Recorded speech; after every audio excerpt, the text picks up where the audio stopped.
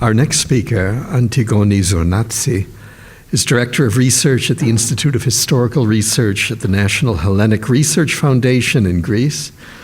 Her main areas of research are the interconnections of the ancient Greek world with the Near East, cross-cultural phenomena in archaic and classical Cyprus, and the Achaemenid Empire. She authored a monograph on Persian rule in Cyprus in 2005 and co-edited Greek inscriptions from Thrace, which I find very useful, thank you. And also Ancient Greece and Ancient Iran, cross-cultural encounters in 2008. She also has an interesting project mapping ancient cultural encounters, Greeks in Iran, circa 550 BC to AD 650, which he presently coordinates, which seeks to promote an integration of varied insights into ancient Iranian-Greek interactions within the modern territory of Iran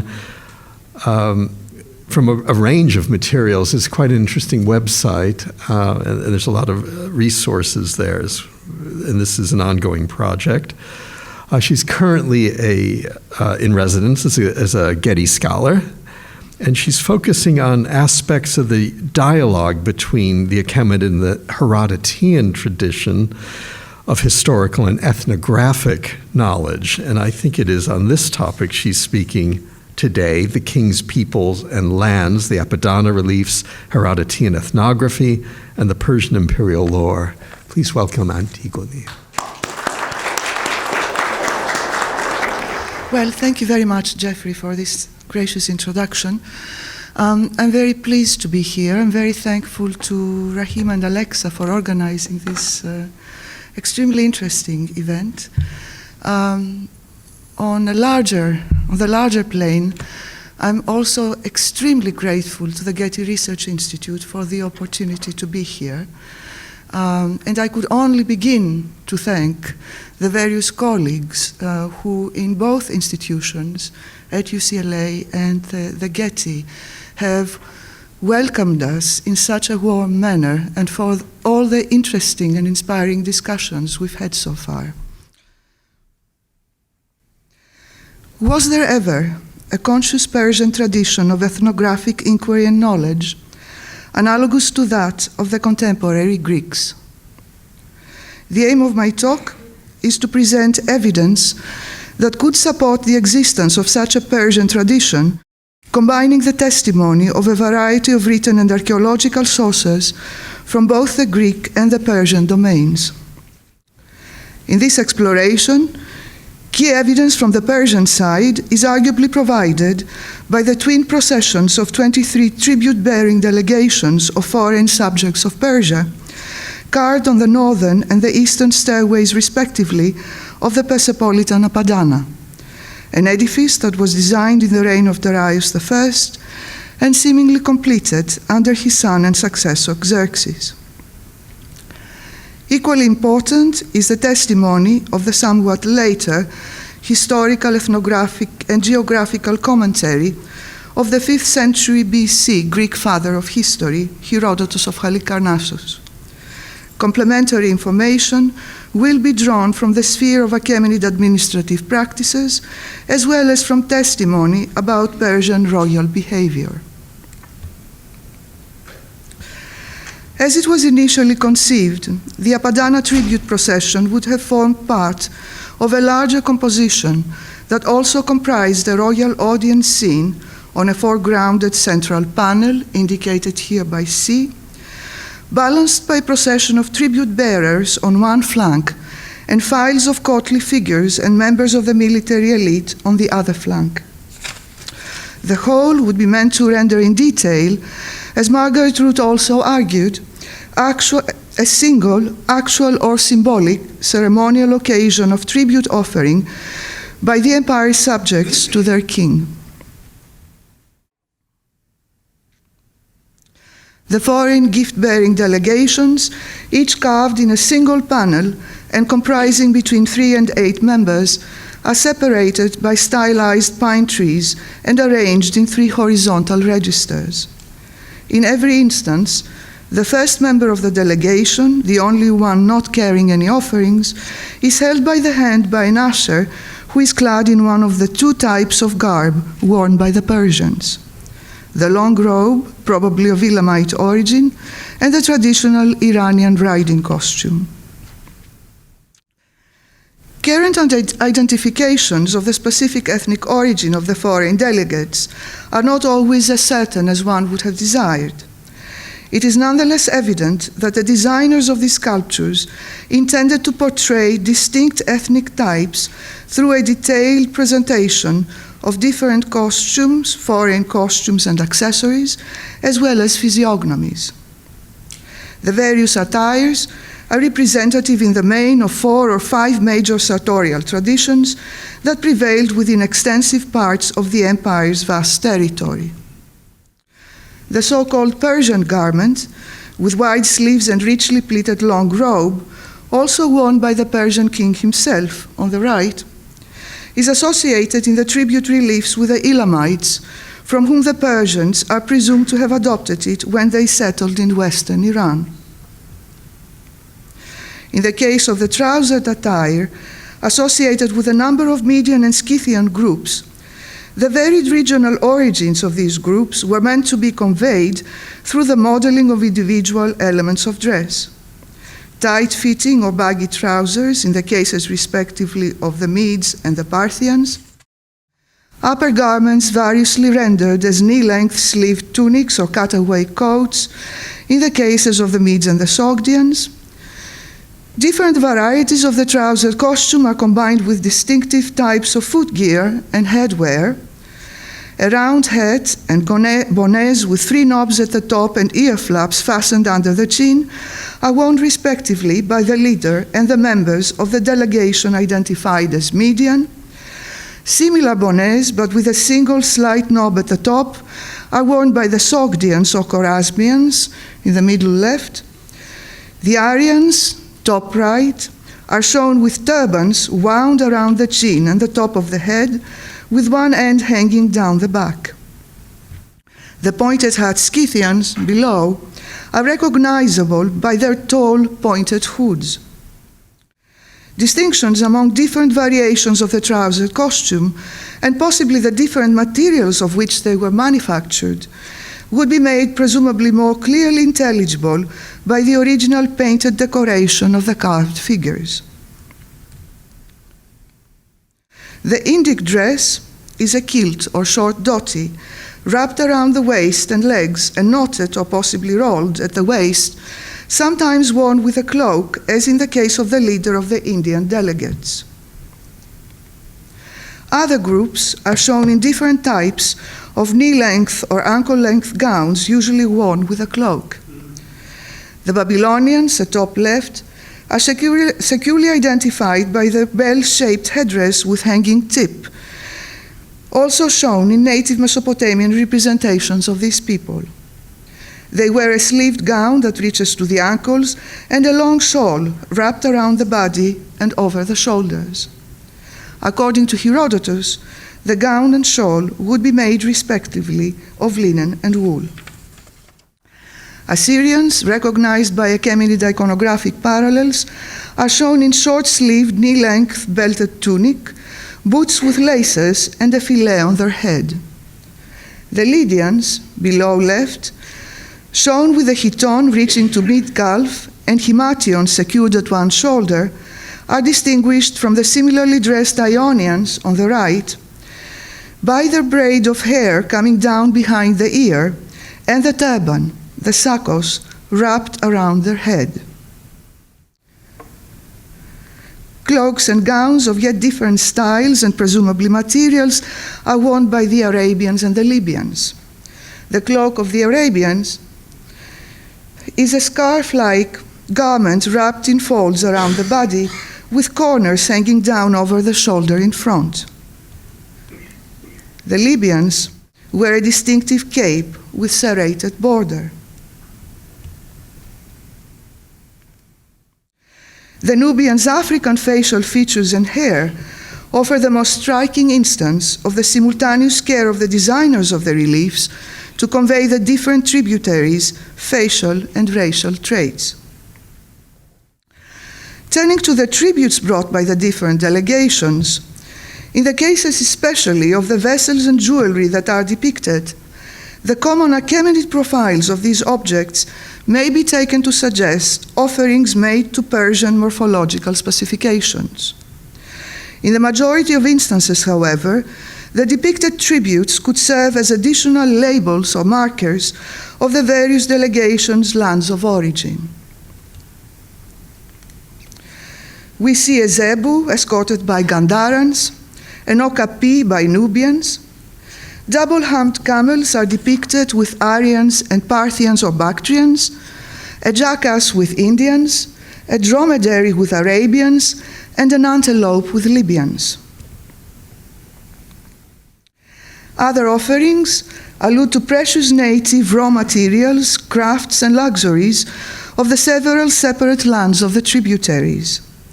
These include an elaborate textile, perhaps a carpet, with netted and tasseled border brought by a Babylonian, precious yarns and fabrics as gifts brought by Ionians, an elephant tusk carried by a Nubian, cured leather brought by Assyrians, trousers of a Median suit brought by Medes, and presumably containers with gold dust brought by the Indians.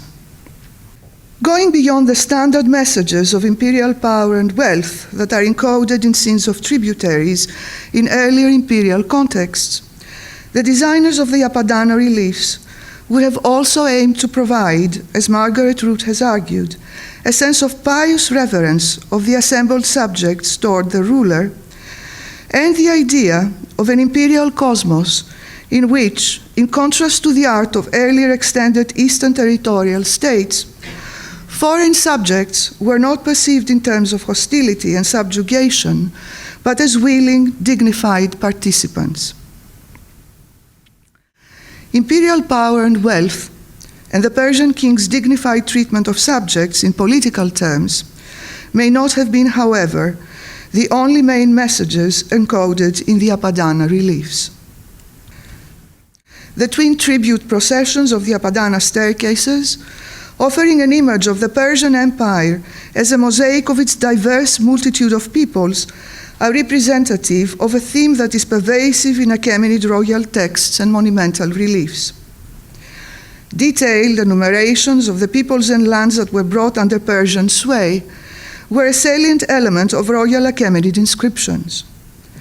A similar image of the great ethnic diversity of the empire's human makeup is conveyed by carvings of representatives of the subject nations, again differentiated from one another by elements of attire and other attributes, as supporting the throne of the Persian king, or a dais on which the king stands. On facades of royal Achaemenid tombs, and on the base of the Egyptian-made statue of Darius I, this theme, executed respectively in the vocabulary of two different artistic traditions, is further expressly emphasized by brief labels that render, in terms of different linguistic idioms, in trilingual cuneiform on tomb facades, here we see two examples in the Old Persian version, in hieroglyphic on the base of Darius' statue, the specific ethnic and/or regional affiliations of each of the figures depicted. Subject not least to this emphasis, royal Achaemenid lists and representations of subject peoples might be seen to offer leads to an imperial worldview that placed prime attention to the different ethnic and regional identity of the heterogeneous group of peoples encompassed in the Persian realm, an imperial worldview that is visibly in contrast, more notably, with earlier Assyrian rulers' promulgation of an Assyrian identity among their multi-ethnic subjects, and the later analogous practices of the Roman Empire. The dignified and ethnographically detailed foreign tribute delegations depicted in the Apadana reliefs might also be perceived as conveying a conscious acknowledgement and celebration of the empire's great diversity of cultures, another aspect of Achaemenid behavior for which we are unable to find precedents in earlier Eastern imperial depictions of tributaries and subjects. In and around the time of the reign of Darius, when the theme of the empire's subjects were first introduced in Achaemenid royal inscriptions and monumental reliefs, the progress of ancient consciousness of the multiplicity and diversity of culture is linked primarily with the Greek Ionian intellectual environment, as reflected in the works of prose writers, and is generally held to be inextricably linked with Greek quests to configure the boundaries of Greek cultural norms through definitions of otherness. An inference that a similar progress, this time in a Persian environment, might be encoded in the Apadana reliefs would appear to be derogated by the absence of any explicit written documentation from the Persian side for the study of foreign peoples. That is to say, works telling us, as it has been noted, how ethnographic information was gathered, read, and interpreted on a day-to-day basis. Even the very idea that the Apadana reliefs could serve as a mirror to a conscious Persian desire to record ethnographic data would appear to be belied by a modern feeling, here expressed with reference to Assyrian and general Mesopotamian practice, that ethnography as such would not have ranked high among Assyrian dynastic concerns, and hence the tasks of literate castes of scribes. In the remainder of this presentation, I would like to sketch in broad lines an alternative framework of interpretation within which the Persians might also be seen as active ethnographers and participants in the contemporary Eastern Mediterranean ethnographic discourse. The first instances used for this purpose derive from Herodotus' Histories, a work which, in addition to constituting our principal source on the character and progress of early Greek ethnographic inquiries, is also extensively preoccupied with Persia's monarchic, multicultural environment. As stated in the proem of the work, the histories of Herodotus were put to writing so that the great and wonderful actions of the Greeks and the barbarians do not cease to be recalled, and to commemorate the cause of the feud between them. The account of the conflict of these barbarians, or speakers of non-Greek languages, here of course the Persians and the non-Greek peoples of the Persian Empire, with the Greek world, forms the main theme of the second half of the histories. It culminates with the defeat of the expedition of Xerxes, the successor of Darius I, against the European Greeks in 480-79. The memories, widespread throughout the work, of the great and marvelous actions of Greeks and barbarians that Herodotus wished to preserve, are imprinted more conspicuously in the first 5 books of the histories in the form of an array of journeys through the history, geography, and ethnography of the ancient world. These journeys follow, as a rule, the patterns of successive Persian campaigns of expansion and focus on the countries, deeds, and civilizations of the Persians themselves and key peoples with whom the Persians came into conflict down to the early 5th century. The Medes, Lydians, Ionians, and Babylonians, who were conquered by Cyrus the Great, and the warlike Massagetae of Central Asia who resisted him, the Egyptians and Ethiopians brought into submission by Cambyses, the inhabitants of the Indus region, Scythia, Libya, and Thrace, who were added to the imperial possessions under Darius I. Herodotean vistas onto Persia's multi-ethnic universe locate subject entities onto the imperial map and articulate patterns of differences among these entities with references to racial physiognomy, sartorial customs, military practices and equipment, social and religious demeanor. On the canvas of ancient ethnocultural diversity and intercultural contacts painted in the histories, the Persians are simultaneously depicted as a subject of Herodotus' ethnographic study, but also as a source of raw ethnographic and geographical data about distant foreign peoples and lands, as observers of and informed commentators on foreign practices and customs, and as a people in a process, as James Redfield remarked, of cultural transformation themselves through ongoing contact with alien cultures. Even before the composition of the histories, geography was a subject of vivid interest in the Greek world. Such earlier Greek researchers notwithstanding, the Herodotean description of Asia, a domain which, as Herodotus stresses, was largely discovered by Darius I, was informed by the findings of an exploration of the Indus region initiated by this same Persian monarch. It also followed Persian prototypes. Herodotus describes the Asiatic continent as comprising 4 tracts of territory, all of them starting at Persis and arranged radially around it, and defines these tracts in terms of geographically successive peoples that inhabited them. On the reconstructed map of Herodotus' world, these 4 tracts are indicated by the circles in different colors. This scheme echoes closely the composition and geographical logic of the subject lists incorporated in royal Achaemenid inscriptions. The list on the screen is from the Nakshi Rustam inscription of Darius. The diagram is based on a graphic representation by Paul Gukowski of the 4 principal groups of peoples that can be discerned on this list. Here, the 4 groups are marked, each in a different color, on the actual map of the empire. These 4 groups follow, as a general rule, 4 main axes of the imperial road network, which connected the royal capitals in Iran, Persepolis and Pasargada in Persia, Ecbatana in Media, Susa in Elam, with the peripheral regions of the empire. In the text of Herodotus, the Persians are viewed with genuine curiosity on account of their different customs. The examples that he cites are selected to emphasize the distinctness of Persian ways of life from those of the Greeks, and are shaped by the viewpoint of a Greek outside observer.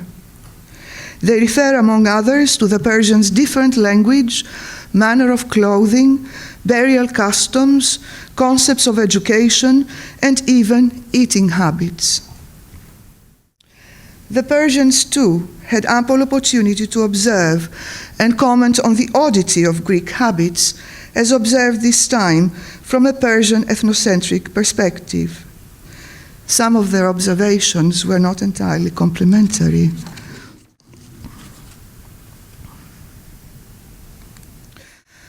Persian attention to the foreign was evidently not merely focused on the Greeks. A wider Persian knowledge of alien ways of life must be understood as lying at the background of the alleged Persian propensity to adopt elements of foreign culture, which is illustrated by Herodotean references to Persian borrowing of the Median attire and the Egyptian linen corselet, the Persians' eager emulation of luxurious lifestyles, and elements of Greek social behavior, in this case pederasty, and even the introduction into the religious system of a Mesopotamian and Arabian figure of cult.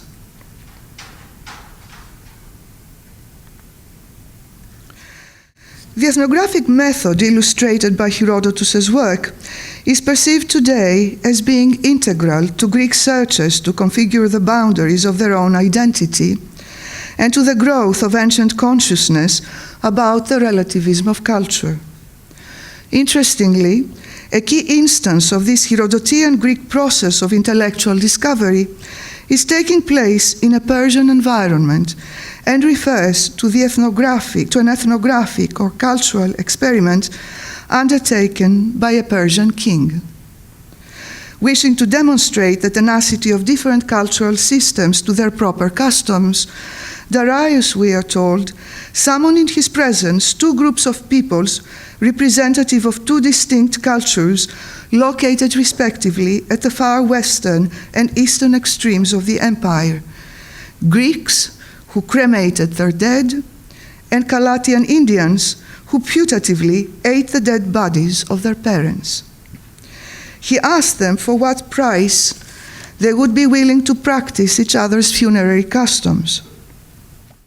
The rejection of the king's offer by both peoples would prove, according to Herodotus, the validity of a saying of the Greek poet Pindar in one of his poems, that custom, nomos, is lord of all. Although this experiment, however, is placed in a Greek intellectual framework by the reference to Pindar, the experiment administered by the Persian Darius ought to be equally seen, perhaps, as an illustration of a parallel Persian awareness of the relativism of culture. In the particular instances just discussed, details embedded in the commentary of Herodotus evoke knowledge that became accessible to him and the Greek world in general as a result of close Greek contact with the Achaemenid environment. These instances also evoke Persian ethnographic perspectives that allow us to visualize the Persians as fellow inquirers of Herodotus.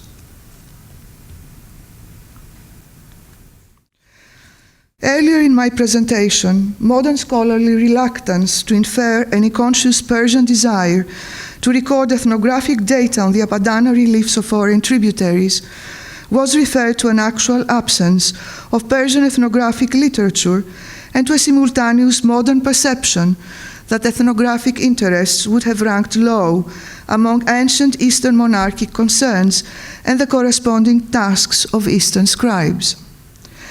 The general lack of Persian literary texts is a shortcoming that cannot be remedied. It is at least a fact, however, that considerations of ethnic diversity and the recording of ethnographic data were integral to both the larger scheme and the day-to-day workings of Achaemenid administration and bureaucracy. Set at the time of Darius I, the administrative and fiscal organization or reorganization of the empire was based first and foremost on a principle of ethnicity. Darius assessed taxes kata ethnea, by individual nations.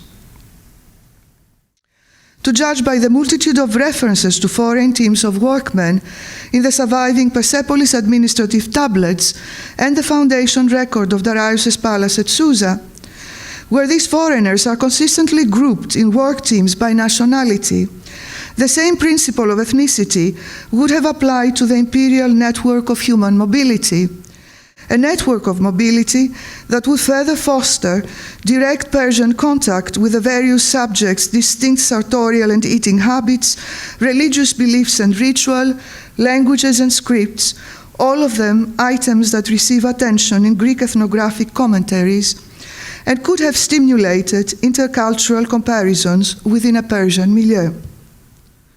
The determination of contributions that were due annually as tax to Persian authorities from their subjects would have occasioned further opportunities for systematic collection and recording of data that pertain to special, rare, and valuable local products and commodities of the kinds, once again, that find regular notice in Herodotus's narrative.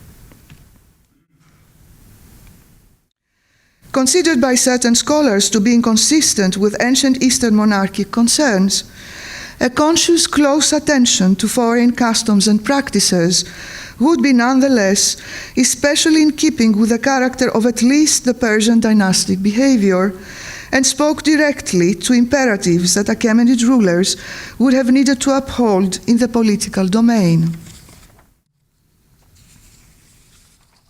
In the inscription of his famous cylinder found in Babylon and addressed to the Babylonian people, Cyrus the Great, a foreign conqueror of Mesopotamia, is represented according to the requirements of the Babylonian tradition as the beloved of Marduk, the chief god of the Babylonian pantheon. Simultaneously, the representation of Cyrus as king of the universe, the great king, the powerful king, king of Babylon, king of Sumer and Akkad, king of the four quarters of the world, combined elements of royal titulary that were variously associated with different hegemonic states that had evolved in Mesopotamia over the course of the preceding millennia. The magnificent, more than life-size statue of Darius the Great was excavated at Susa almost exactly 50 years ago. Inscriptions on the body of the statue and on the plinth indicate that it was commissioned in Egypt. It likely stood initially in a temple in Heliopolis, the sacred city of the Egyptian god Atum mentioned in the text of the statue.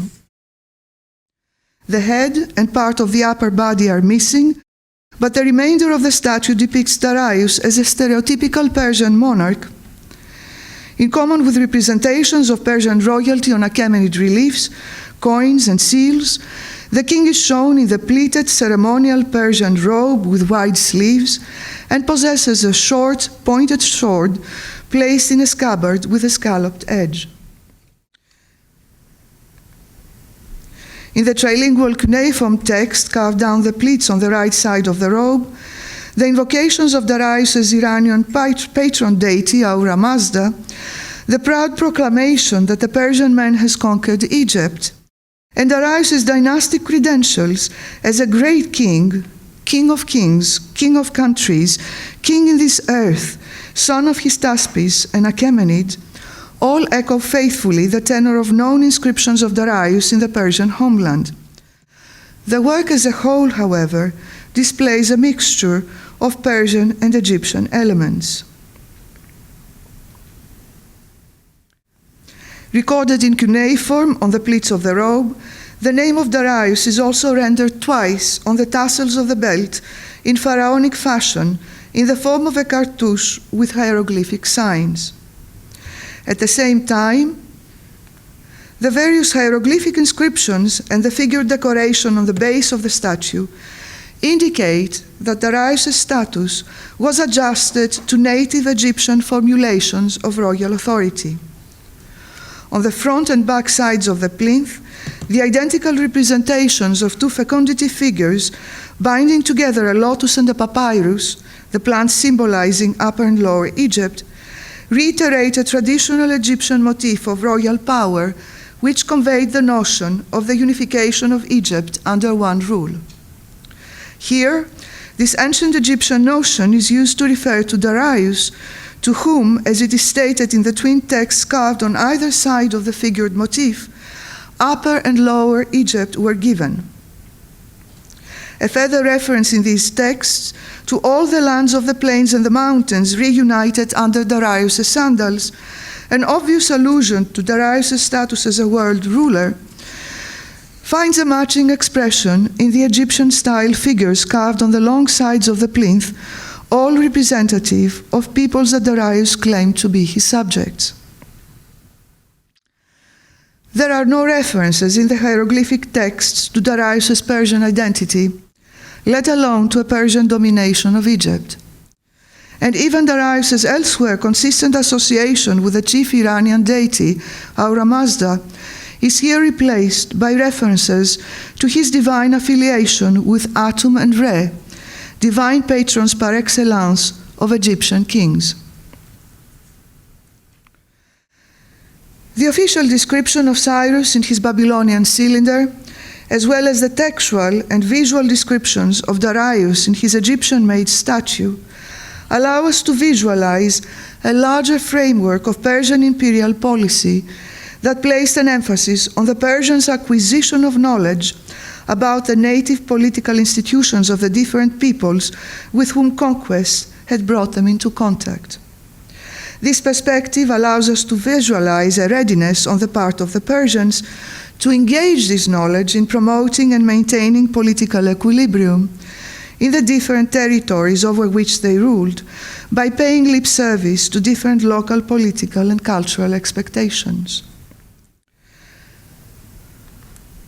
Today, there can be no certainty that the dense patterns of intercultural contacts within the Persian Empire the rich array of ethnographic and geographical facts recorded by the Persian bureaucracy, and the exigencies of Persian diplomatic dealings with their foreign subjects ever led to the creation of a Persian prose ethnographic genre.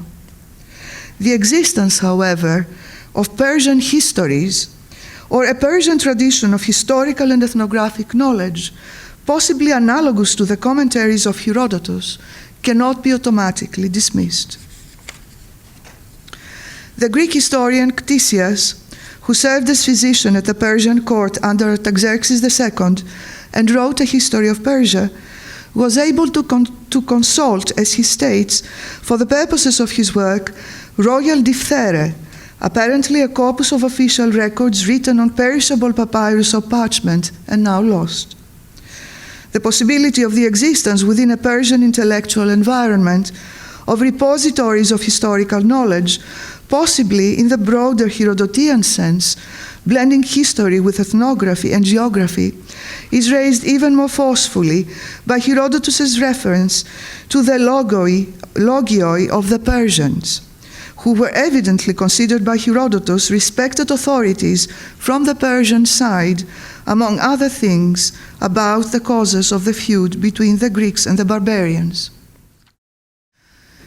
Seen in the light of the foregoing discussion, the Apadana reliefs, as well as the rest of the collective pictorial representations of the empire's subjects in Achaemenid monumental art, might be seen to reflect a conscious Persian effort to record ethnographic data and to offer a rare window into the now largely elusive Persian tradition of ethnographic knowledge, a tradition that emerged and evolved hand in hand with the Persians' far-flung campaigns of expansion and through a symbiosis with the multitudes of foreign cultures encompassed in the Persian realm.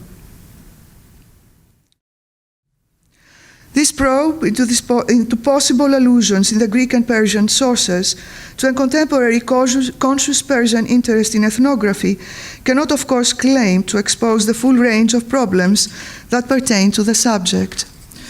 In the context, however, of the invitation of the Getty Research Institute and the present UCLA Getty Symposium to contemplate afresh interconnections between the classical world and Persia, the ideas presented today are offered at least as something for consideration that was not given much space before. Thank you.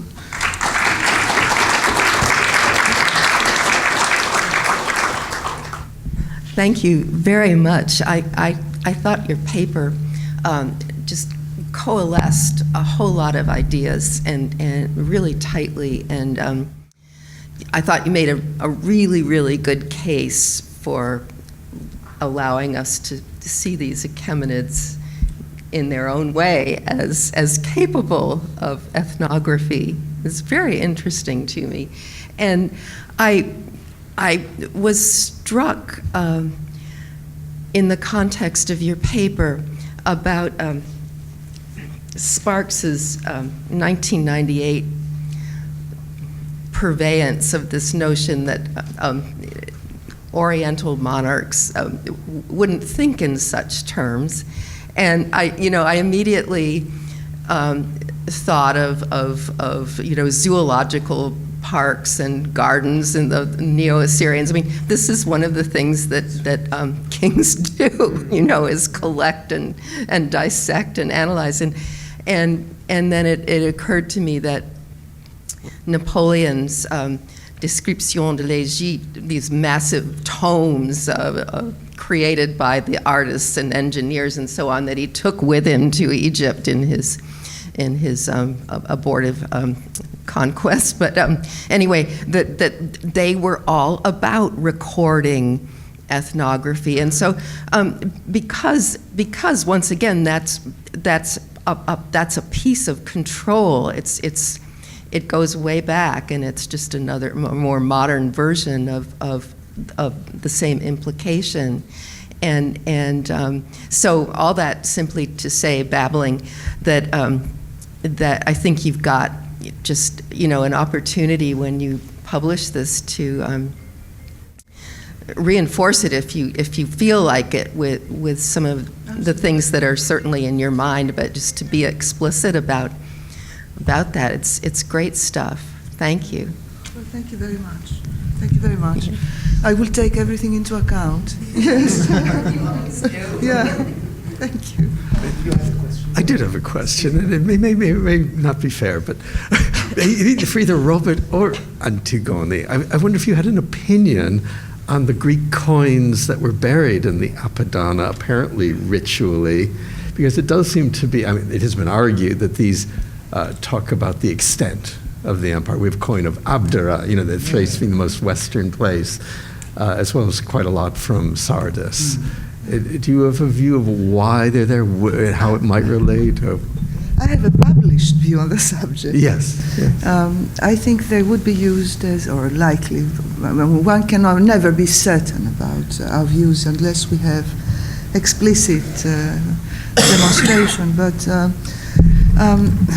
and we are really judging from probably a part of the original selection. We may not have all the coins that were included in the deposit, but when you think of the types of coins that were included, all of them Western, and Lydia, of course, was a major source of wealth.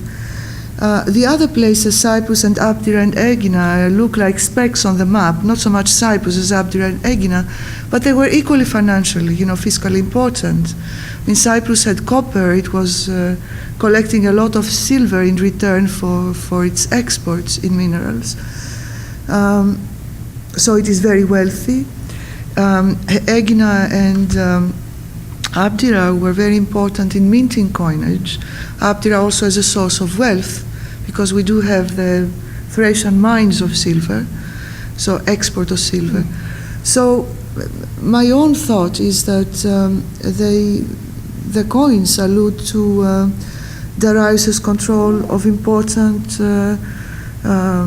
major centers of Western economic activity and Western sources of wealth. That was my feeling about these coins. So, but Robert may have a different opinion. No. I would entirely agree. Although I would like a little bit more to highlight this ideological dimension, yes, which is included in it. So I would take it really as a part of controlling the world as far as the edges of the world. So that dimension, I think this is a very good point, and having these coins in the center of the world, So in Persepolis is just a meaningful expression, in my opinion. Thank you all again.